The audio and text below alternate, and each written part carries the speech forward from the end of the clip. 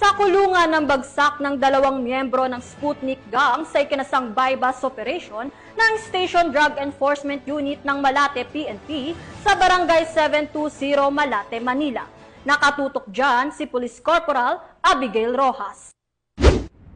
Arestado ang dalawang hinihinalang miyembro ng Sputnik Gang ng mga operatiba ng Station Drug Enforcement Unit ng Malate Police Station sa isang matagumpay na anti-illegal drug buy-bust operation na naganap bandang 1:35 ng madaling araw sa kahabaan ng Adriatico Street, Barangay 720 sa Malate, Manila.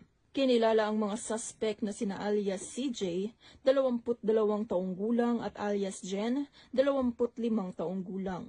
Nasamsam mula sa mga suspect ang 4 na pakete ng hinihinalang shabu na may kabuuang bigat na 15 gramo at tinatayang halaga na 102,000 pesos based sa standard drug price. Na-recover rin ang perang ginamit bilang buy-bust money.